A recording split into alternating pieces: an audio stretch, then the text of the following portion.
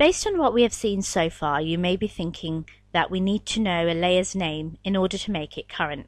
This is not the case. In this lesson, we'll learn a shortcut that allows us to set the current layer by picking objects on screen.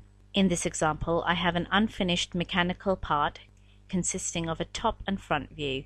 Take a look at these edges.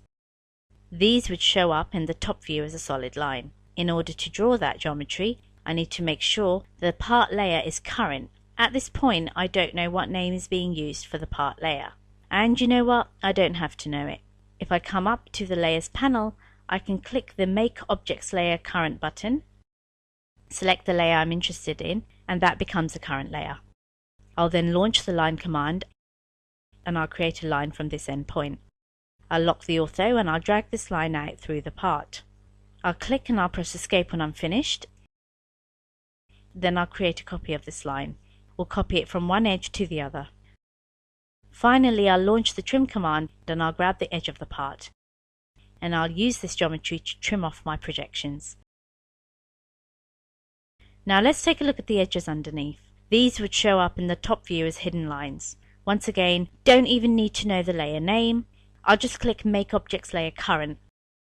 I'll select the layer I am interested in, and then I can continue working on the part. I'll launch the line command again. I'll create a line from this edge and drag it up through the part.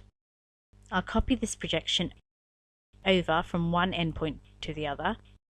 I will then launch the trim command and use the edge of the part to trim off these projections.